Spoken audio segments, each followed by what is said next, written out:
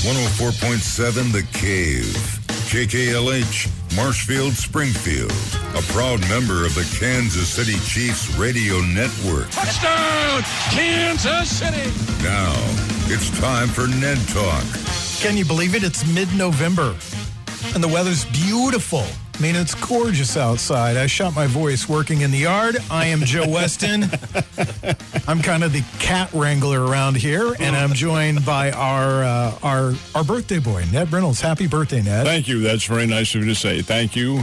39? Well, and as Jack Benny would say, 39 for the 39th year. Yeah. You just lost about 70% of our audience when you said Jack Benny. Jack Benny, who's that? What drink was that? Yeah. The B team's with us. John Oliver, Josh Roberts. John, how are you? Doing well. It's a beautiful day, like you said, so excited to be here. Josh Roberts.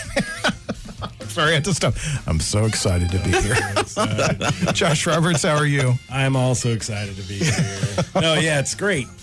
All right, let's talk about last week's game. The Kansas City Chiefs, and they played somebody. Who did they play last week? They played that team. That's right, they played the Packers. And we're watching them right now in their game with the Seattle Seahawks. Now, I have to stop and say this right out of the gate. You were quite enamored with Jordan Love last week. I didn't see anything from Mr. Love that got me excited at all. And I'll tell you why you did not, too, and it's to the Chiefs' credit. They took his game. The Chiefs gambled. They gambled on the fact that this kid's inexperience as a starting quarterback was going to backfire on him big time. So what they did was max pressure the entire game. Now, had they done that with Mr. Rodgers in there, it would have been sayonara Chiefs, because he knows how to handle these things. They gambled on Jordan Love not reacting very well to heavy pressure. He didn't react very well. You saw some of his passes were hurried.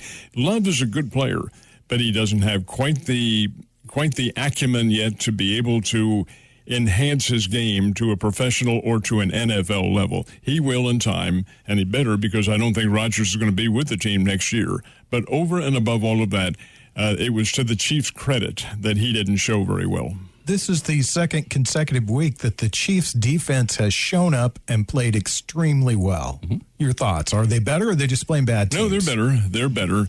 The addition of certain Melvin Ingram has made a big difference, and he did get, I think it was 29 snaps that he was in, and he'll get much more tonight out in Las Vegas. That's a key, because he does have the experience. He may not be better than a lot of players. He is 32 years old, and he's been around the wars, but he still, for a very short time, can get in there and be very disruptive with the rest of that Chiefs defense. So, yeah, that is a big get. Josh Gordon, waste of time, in my opinion, but Ingram is not. He can play the game. I saw an article on ESPN that said that Chris Jones crediting some of his better play with the fact that he's moved to the spot that he naturally plays in, and Melvin Ingram is the player that's helping him do that. Where Jones should have been from the get-go. Exactly. John, your thoughts on last week's game? Definitely not an offensive contest by any means. So, again, you had the usual suspects show up. Snead's playing really well in the secondary right now. I've been really happy with how he's kind of turned things around. Nick Bolton, again, I know I mention him every week. What a stellar rookie season he's having. It's hard for me to fathom that he's a rookie. And I want to piggyback off what Ned said. Melvin Ingram, in watching that game and watching his body language and him jump around and the energy, that's contagious. And sometimes, even, as Ned said, he's not a superstar. He's not going to change the defense by himself, but he could certainly change the defensive mindset. A motivated player who was, by his accounts, in a bad situation with his old team can make something happen leaps and bounds when they energize the rest of the people around them on a new team. Josh, your thoughts on last week's game? I was very happy with the changes that the defense has made, and they did play really well. I like the fact that they put so much pressure, blitzed so much, brought the different schemes and confused and everything. They took advantage of the fact that he was a young quarterback, an inexperienced quarterback, which is great. They need to do that. The offense didn't really impress me all that much, but I was happy with the defense. And I'm glad. I didn't even realize they put Chris Jones back in his original spot, but that's what they've needed to do all season. So I'm glad they finally did that. Let's stop and talk right there because I think we've gone around the table and everybody said basically the same thing. Defense looks improved. Offense looks lost still. Your thoughts, Ned? Well, I hope the defense is improved, and yeah, I think incrementally it has been. Are they to the notch where they should be? I think we'll find out a little bit more about that tonight when Derek Carr, a tried and proven QB, is back there for the Raiders, and what he can do. The Las Vegas running game, guys, is pretty good. They have and their passing game. They've got some quality even with Ruggs out of there. They have Deshaun Jackson in there. They got, I think from the Rams is where he had bid farewell. Now, but he's 34 years old. Can he still get it done? Well, Carr seems to think so. This is a team that has a whole lot more offensive capabilities. If the Chiefs put the pressure on Carr the way they did last week, well, then there are probably going to be some problems because while that defense looks very flashy and comes up with some big stops and some sacks and all that sort of thing, there are ways to beat that, and the experienced teams can, and the Raiders are an experienced football team. Not predicting one way or the other, but I think the Chiefs will have to change their scheme a little bit. Yeah, the offense has been a little bit stagnant.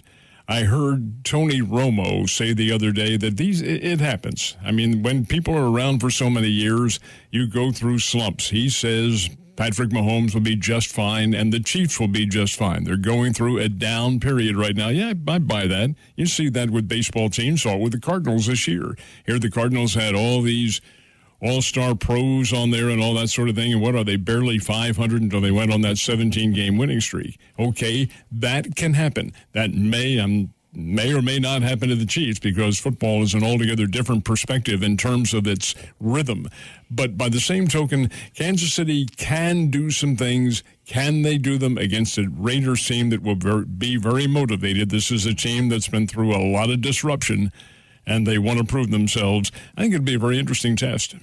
You're listening to Ned Talk on 104.7 The Cave, your local live sports talk show. We're recapping last week's game, talking a little bit about this week's game, which is getting set to start. It's the Sunday night game, so it's the only game that will be going on. 7:25 this evening will be kickoff. We'll have the Chiefs pregame show starting at 6 o'clock with Art Haynes, Dan Israel, and the rest of the crew. But I want to stop right there and talk. What are you seeing specifically, Ned, with the Chiefs' offense? I mean, you talked about them being slumping, but is there something in particular that you're seeing that you know, kind of tripping alarm bells for you? The precision is not there. Yeah. Mm-hmm. And that is precisely what the problem is. The passing attack, for instance, that Mahomes had going for him, he was flashy and throwing the sidearm passes and completing them all that. He's still there. He's still doing his thing, but the receivers are not. I attribute this to a lot of different variables, not the least of which is that there are new players on the team, and they may not. It's comparing apples and oranges. When you're taking a look at the Chiefs in their Super Bowl year, you had a veteran core that was accustomed to everything Mahomes did. Now, yes, the receivers are the same, but the offensive line is not. These are all new guys, not all of them, but most of them. Remmers won't be in there today. He's out. Lucas Niang will not be in there. He's gone. So what is what's the situation? Where is your rhythm? Well, it's been disrupted because that offensive line does not have the same. They're not on the same page that Mahomes is. Is it an excuse? You have to have something, and Mahomes hasn't deteriorated in his skills. It's the protection that he's getting. You saw in the Super Bowl last year, and to some extent, you're seeing that carry over this year. Does it continue? I don't think it does. I think that the Chiefs' scheme of things will overcome a lot of this. When that's going to happen, if it happens, that nobody knows. Interesting, because the Chiefs' offensive line is getting banged up again this year. You mentioned Mike Remmers is out. Lucas Niang is questionable. Oh, I thought he was out completely. They're just putting questionable by his name right now at this point. No, it is. I'm sorry. They have an out next to him. But I don't know why that is. I'll have to research this a little bit and see what they're saying. But Andrew Wiley is going to be his backup. Andrew Wiley's a very serviceable guy. He's not a bad pass protector. He's not a bad run blocker. They have some depth, but that depth is really being stretched thin with getting rid of the doctor. I mean, let him go, and we talked about that last week, that he was one of the moves that they made. They passed on him over to the New York Jets, got another tight end for their team. They have 4 tight ends, but they don't have a 4th player on any other offensive line position for the Chiefs this season. Somebody will have to bring up from the taxi squad. Yeah. John, what's your thoughts on the offense? What are you seeing that's... Here's what's bothering me about the offense. You know, since we play classic rock on this station, there's a Billy Joel song called Matter of Trust, and that's where I'm at right now with the Chiefs offense. You know, a few weeks ago, and I think I might have even mentioned this last week, you know, I said Mahomes, with Kelsey and Hill being double-teamed, he's got to try to trust in some other guys, and the Pringles, the Hardmans on the team. Well, he did that last week, and there were drops, and there was a fumble. And that seems to continue to happen. And so trust goes 2 ways. I think Mahomes tried to open it up last week. Demarcus Robinson, I've heard his name called one time all season. So Mahomes tried to hit these guys, but they just don't seem like they're in sync either right now. So with the trust factor eroding, which it wasn't too strong to begin with, I start to worry that we're going to try to force things, as we have all year, to Kelsey and Hill, and it's just not going to get any better.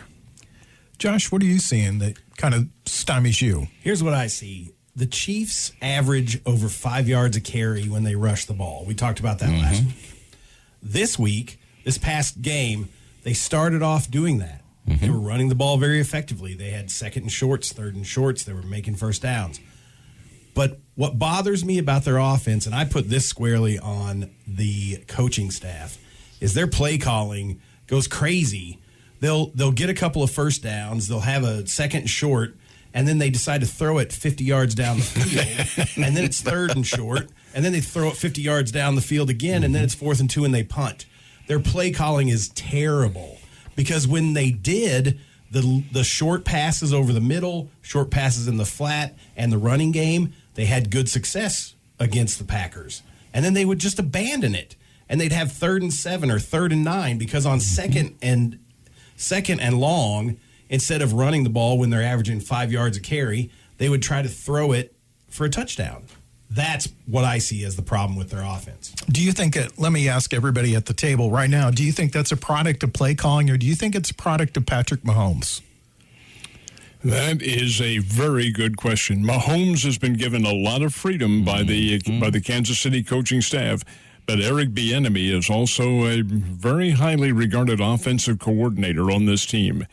If Bieniemy is the one who doesn't have the rhythm going, and I can't believe that's the case, then he's to be held accountable. I don't think that's the case at all. I think it is Mr. Mahomes. And I like him. He's the best quarterback in the NFL, in my opinion. But he is also, 25, 26 years old, and may have gotten a little bit carried away with himself to think, I can do whatever I want to do out there. Well, you can't. It's pro football. Do you think he's calling audibles and audibling out of the play? No, I don't think he's calling the audibles. I know he is. The audibles, he has to be, yes. Well, that's a problem for me. Because that's what they're ending up with, is these 3rd and longs, and then that's when the pressure is going to be on them. Because what are you going to do in 3rd and long? You're going to throw the ball.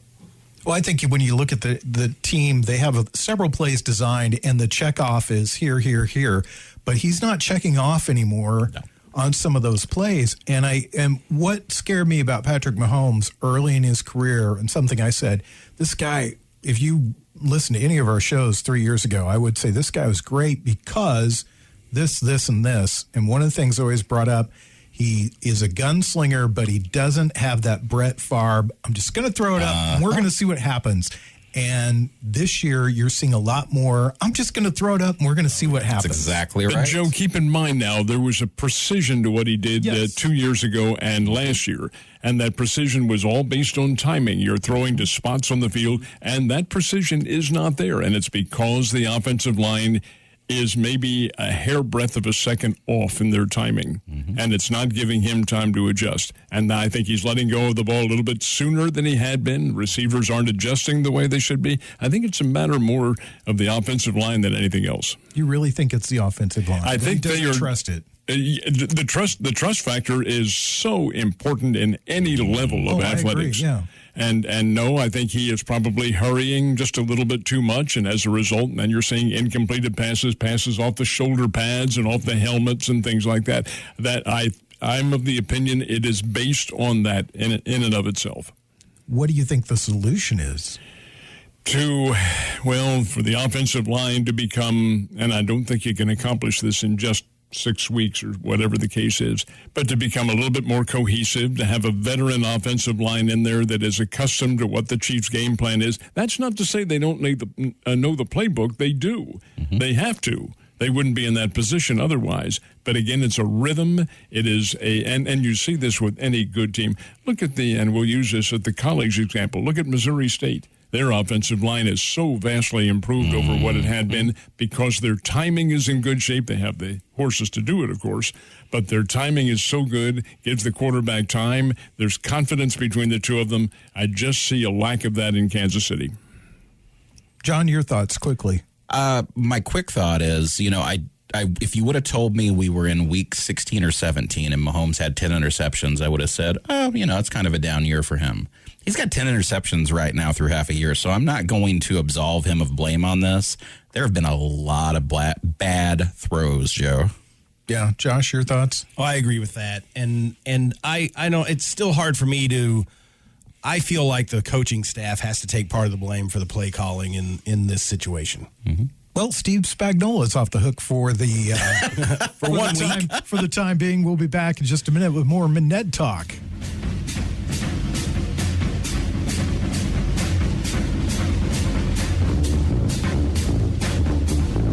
You're listening to Ned Talk on 104.7 The Cave, part of the Kansas City Chiefs radio network. Back to Ned Talk on 104.7 The Cave. A proud member of the Kansas City Chiefs radio network. Here we are sitting around talking about sports on a classic rock radio station because that's just how we roll around here. I'm Joe Westen, the Cat Wrangler. Ned Reynolds, Josh Roberts, John Oliver with us as we get you set for, to say that this is a rivalry game is a bit of an understatement. I mean, it's not Michigan, Ohio State, but it is still a football rivalry game. And the team that the Chiefs are playing today, the Raiders, the Las Vegas Raiders, they are in a little bit of a disarray. Their coach, John Gruden, left the team or was fired from the team, depending on who you believe. He is now suing the NFL over selective release of emails. I kind of agree. Now, John rolled his eyes. If you could see in the studio, see John's eyes pop back into his head. Mm-hmm. But I thought it was really funny that all of a sudden, just after this guy, makes some racist comment in a email, a whole slew of more emails appear. That, to me, smells fishy. But that's just me. Then the Ruggs incident, and then they had another player who threatened someone on social media. Brilliant. That's always a smart thing to do. They lost. Nobody sees that. Yeah, they lost to a bad team last week, so they're in a little bit of a disarray right now. But they're a good team. They are. It's how they come together in this disarray, and everything you pointed out does exist, and does it have an effect on the team? You bet you're behind it has some effect on them. They all encompass what is going on. They're not all involved, obviously, but when you have a teammate, a guy like Henry Ruggs, who's, he'll be spending some time in the big house. Mm-hmm. When you have a circumstance like this, that has to affect the others because he's a star on the team. And the other kid, Arnett from Ohio State, should have known better. I don't what gets into these guys, for God's sake. Well, he went to Ohio State. Come on. That should tell you a lot right there. The Ohio State University guy is a very good school, extremely good school academically. And the fact of the matter remains that these guys may, like a lot of athletes these days, been made to think that they're above everything else. and getting on a was it Instagram? Is that what it was? Yes. And waving weapons around and threatening somebody. What on earth are you thinking? What was Henry Ruggs thinking? The fact is, thinking they are teammates. And they affect how these other guys are going to play. And yes, that has had an effect on Las Vegas. There's no question about it. The fact is the team has to be understanding of their teammate and yet not associating with anything that they did because it's all wrong. So how do you correlate this with playing football? Well, it does affect your game, as does the absence of Gruden on there. Although I think the new coach, the interim coach who they have now, is probably doing a pretty good job in trying to get them together. He's much more of a mellow individual, and that's probably what they need. Joe, your assessment of them as being a good football team is correct. They are. They have some very good weapons. Now, they're compromised a little bit right now, but they can play the game, and they're a team that if they put their mindset to it, forget any of the detractions, and probably they're going to tonight in front of a home crowd, and it'll be a raucous home crowd. I think that will happen. I think they'll probably play as well as they can. You talk about the rivalry. I've been out here now for 55 years, and that rivalry is just as intense now as it was back then, back in the old days when it was the AFL and the Chiefs and the Oakland Raiders were playing, and you had Lenny Dawson getting beaten up by Big Ben Davidson, and you had the game breaker Otis Taylor coming to his rescue, and that was heavy stuff back then. Yeah, the Raiders certainly are not the team that they were in the 70s. No. They're not they were the winningest team in the NFL in the 70s, even more so than the Cowboys. But they're not that team, and they have not been that team for a long, long time. There were many down years for the Raiders. Last year, you could see the direction turning. This year, you see maybe it's starting to pay off, and then all this crap happens. John, your thoughts? It's a lot of distractions. Jokingly, I didn't really think Arnett had a chance when at Ohio State they assigned Maurice Clarett as his academic advisor. But in all seriousness, this is a 5-3 football team. They are very good, and they're sometimes overlooked because they are kind of that middle-of-the-pack team that hangs around. At the end of the day, Derek Carr's a good quarterback. The guy's, I think, has improved every single year. I feel like he's underrated. Darren Waller may be the most underrated offensive player in the NFL, in my opinion. He's a fantastic tight end, game changer. And then the thing they have that the Chiefs lack is that two-pronged running offense. They have Josh Jacobs and Kenyon Drake, and they can tear teams apart because you just don't know which one's going to slice you.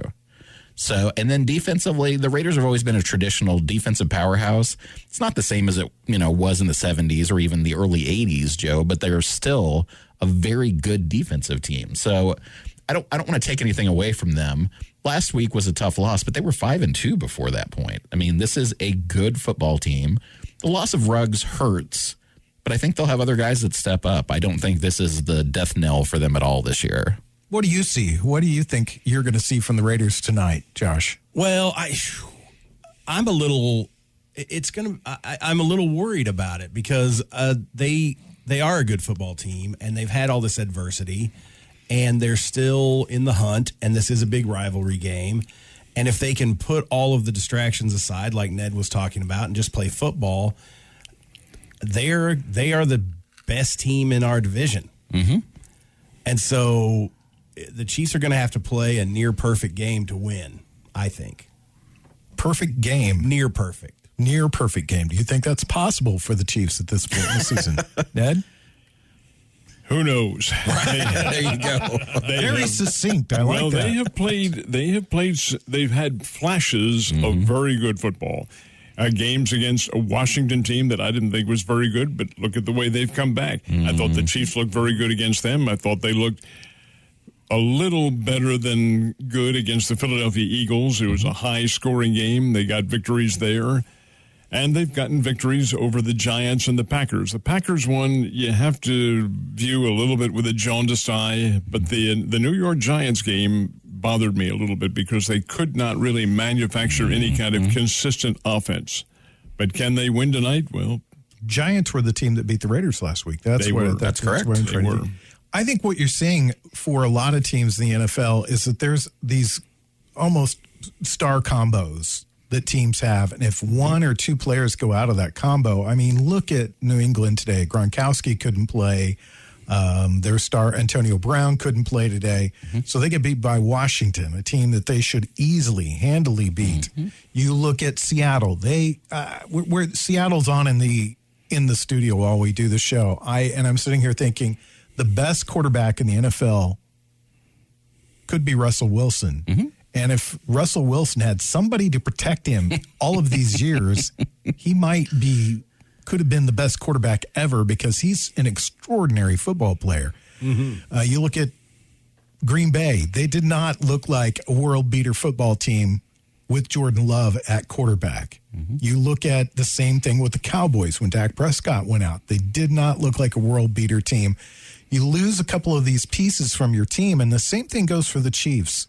And I go back to exactly what you said in the last segment, John, about the trust factor. You could tell that Patrick Mahomes doesn't trust that offensive line. He doesn't trust that core of receivers. And I think that those guys, and I keep talking about this, Sammy Watkins, just his presence, even though you count on Sammy Watkins to miss 8 to 10 games a season, just the fact that somebody turned to somebody in that locker room and said, you got to step up for Sammy. And now you're the number one guy. McCole Hardeman, catch a ball. I know. Yeah, I agree. But I think you're seeing that a lot. What's your take on you were calling it parody, but I call it crap play and the NFL last couple of weeks? I honestly think Ned always brings up this point. These are all professionals. And at the end of the day, the NFL, especially in the last decade, has been dominated by teams like the Patriots, teams like the Packers. You're starting to see those teams age out, which is the natural progression of sports. We also have a huge nucleus of young superstars, the Mahomes, the Darren Wallers, the Josh Allens. These guys are getting teams that were traditionally very mediocre into that next level. Justin Herbert's another guy that I have to admit's for real now. So to me, it is parity. I don't think it's necessarily bad play. I think everybody is starting to stockpile talent because there's a lot of it out there. And I think these games are a heck of a lot closer and kind of a coin flip just due to the personnel they've got there. Don't sleep on the Patriots. Oh, do not Lord, sleep on the Patriots. Especially not after today. They're not aging out. That's without Damian Harris. And to back up what John just said, who's the kid that you were talking about that none of us had ever heard of who ran for 100 yards? Oh, the kid for now I'm totally blanking. Anyway, it's just radio. I know, right? We weren't familiar with the guy at all, and he ran for 100 yards. Oklahoma. Yep. He's an OU guy, an OU Sooner, not a big star down there. There is the key, in my opinion, to why the Patriots and why some of the others have had the dominant eras that they have. And it's because they don't draft for the front line. They draft for depth. And when you have depth on your team, you just called it, Joe, the rate of attrition in the NFL, you're playing 17 games against teams that are of outstanding caliber. You're going to have a very high rate of attrition, and we're seeing it. And when you don't have frontline players to fill in, when you don't have a good stockpile of depth, you're going to have big-time problems. What do you think, Josh? I think somebody in Vegas needed to make a lot of money the last couple of weeks. All right. Well, on that conspiracy theory note, we will go to commercials. We'll be back in just a few minutes to talk more about whatever we feel like. It's Ned Talk. You're listening to Ned Talk on 104.7 The Cave, part of the Kansas City Chiefs radio network. Back to Ned Talk on 104.7 The Cave, a proud member of the Kansas City Chiefs radio network. Oh, we're about 20 minutes away from the start of the Chiefs pregame show. You can hear that right here on 104.7 The Cave. Mitch Holtis, Art Haynes, Dan Israel, kickoff 7:25 from Vegas tonight. Raiders and Chiefs. I'm Joe Westen, Deb Reynolds, Josh Roberts, John Oliver. You're up to date. What shall we talk about? I know. Let's talk about sports. How about that? First thing, since my selective memory loss happened before the break, it's Ramondre Stevenson. He was the kid. Your name is John Oliver. He was the kid that came in, played for Damian Harris today with the Patriots, and rushed 20 times for 100 yards. You're looking at me strange, and I thought, did I call John by the wrong name again? Nope. Did I do that? No. I've known John for years, and I call him by the wrong name occasionally. All right, let's talk about sports. Mm-hmm. And there's a lot to talk about in the NFL. Mm-hmm. We'll get to that in just a second, but let's talk about our own Missouri State Bears getting another big win. Mm-hmm. Yesterday, how was the game? I have to say this, Netta. I drove by the stadium. I'm disappointed in the turnout from the students. It is not as good as it should be. Students, go to the game. Live in a different era. I'm very sorry to say it's an era that did not exist 25, 30, 35, 40 years ago when the students really did identify with the game. And while they may not have turned out en masse, they certainly turned out a whole lot better than they are right now. The crowd was listed yesterday at 9,100.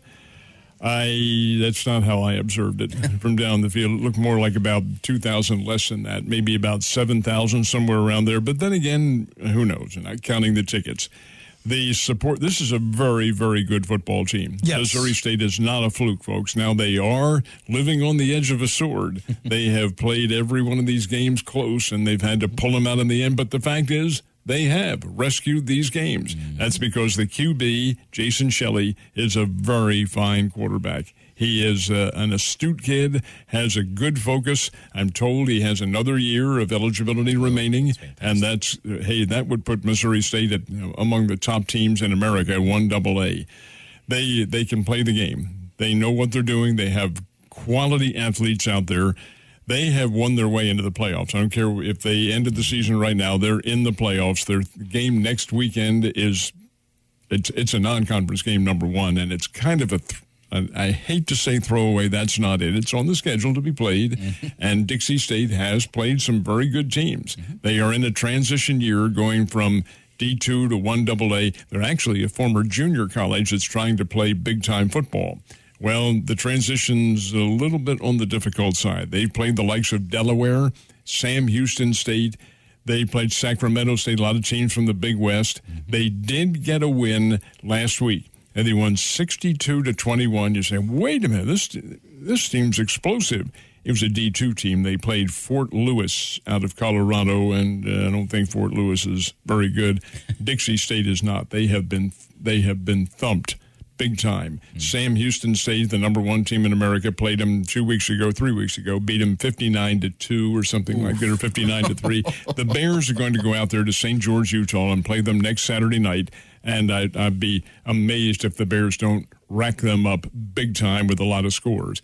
And then the fans who go out there will really have a big time because St. George, Utah, folks, is 1 hour from Las Vegas. Thank you, sports fans. All right. First of all, you need to explain something to me. How does a team in Utah, how does a college in Utah be known as Dixie State? How does that work? It's the region of the state. It's in the very southern region, and it has something to do. Now, there has been a petition to change it. I will tell you this. I'm not claiming that at all. I'm not getting into politics. I'm just trying to figure out how a team in Utah geographically is known as Dixie State. Well, I don't know the background of how that region got called that, or the family. Was there a family by that name? Yeah. That part of it I don't know. But they've been around now for a couple of years as a D2 team, and now they're making that transition. But I can tell you they're in St. George, and St. George is only a very short distance out there. Everything's a short distance from Las Vegas. And and I use that collectively, Missouri State's taking a large contingent of fans out there, yes, to see the football game, but yes, to visit Vegas as well. Well, Utah is well known for its jazz, too. That's why they call their basketball team the Utah Jazz. Right. No, I know. They come from, that's from New Orleans, and they didn't change the name. Lakes in L.A. Well, the rationale for that one is L.A. Yeah, right. That's what they used, and it was a rationale because the Minneapolis Lakers were named for all the lakes up there. Right. And Los Angeles got that. They just say, hey, well, let's just call them that with L.A. L.A. acres. Yeah, that's stretching it a little bit. Right.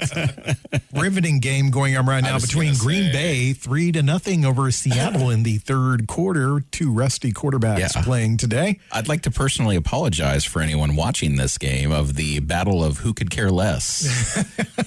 I'll tell you what else is fascinating. I think the temperature up there is probably about 25 degrees too. It is not exactly balmy conditions. No. Oh, my goodness. So who hit the 3-run homer? I don't know. Right. I think it was Russell Wilson. No, wait, it was Aaron Rodgers. Well, no. Russell Wilson could because he's a great baseball player. He is a New York Yankee. He is signed to their farm system. He comes out every spring training and plays a little baseball. And probably could still play baseball. Yeah, but not at the major league level. Let's point that out. Okay, let's talk about some of the other sports happenings this week. We mentioned it earlier. John Gruden now suing the NFL over the selective release of some more emails that came out suggesting that he's not a very nice person. Not that we didn't know that to start with, but, not nicer than what we already thought. Ned, your thoughts on any of this? Oh, you can't condone what he did, but I do understand why he's upset, and I'll tell you why I do. Because some of the remarks are 11 and 12 years ago. Mm-hmm. He made them in correspondence with another individual with another club. Seemingly, these correspondence are supposed to be private. Now, all of a sudden, some news agency like the New York Times gets a hold of these texts and emails or whatever they were, and they decide that this is public information. I have a great problem with that. Where are the privacy laws? I'm not a lawyer. I don't know what exists and what is public domain and what is not. But that seems to me to be a bit of a stretch. Again, not condoning what he said at all. That's totally irresponsible and relevant, I should say, point to bring up because of where we stand. But I think there's a certain level of your private communications that is being compromised here. That's a personal opinion. Well, I think, too, you've got to know who you're communicating with because one person has to give those emails up. They just don't appear. The other party obviously gave the emails either to the NFL, and I'm sure that they went through the NFL to the New York Times or whatever publication pressed them because I think the NFL saw themselves getting a black eye with John Gruden. Sorry, no pun intended, seriously. That they were looking at a bad situation with John Gruden and what happened with him and what he said, and they thought, okay, that's the part that scares me, is that they looked at him and they said, we need to get this guy out of the league.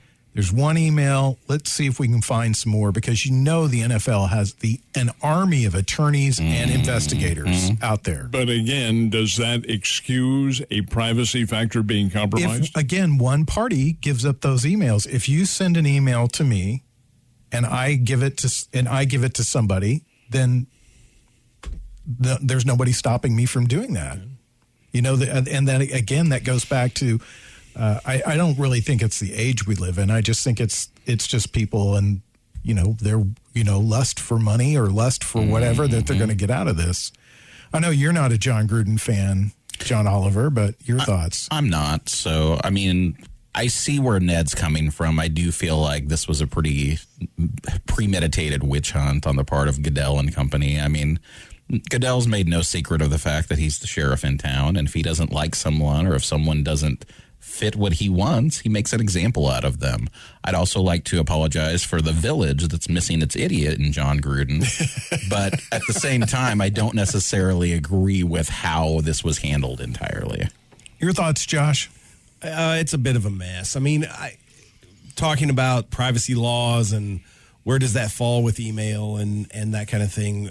Every bit of media in this day and age you can find it somewhere. You can dig enough to find it. And so even if what you're saying is true, Joe, where they sent those emails through the NFL before they got to New York Times, that's irrelevant because the New York Times could have hacked their email account and gotten those emails anyway. I think now that is criminal. Well, yeah, that would be a criminal. That would be a criminal offense right there. But I think that the more important subject needs to be how does the NFL clean up its image when it seems like it is rife with these types of things. Well, let's look at the NFL ownership. Let's just start there. Right. It's white and old and rich. Yeah. So there you go. There's a problem right there. We'll be back with more Ned Talk in just a moment.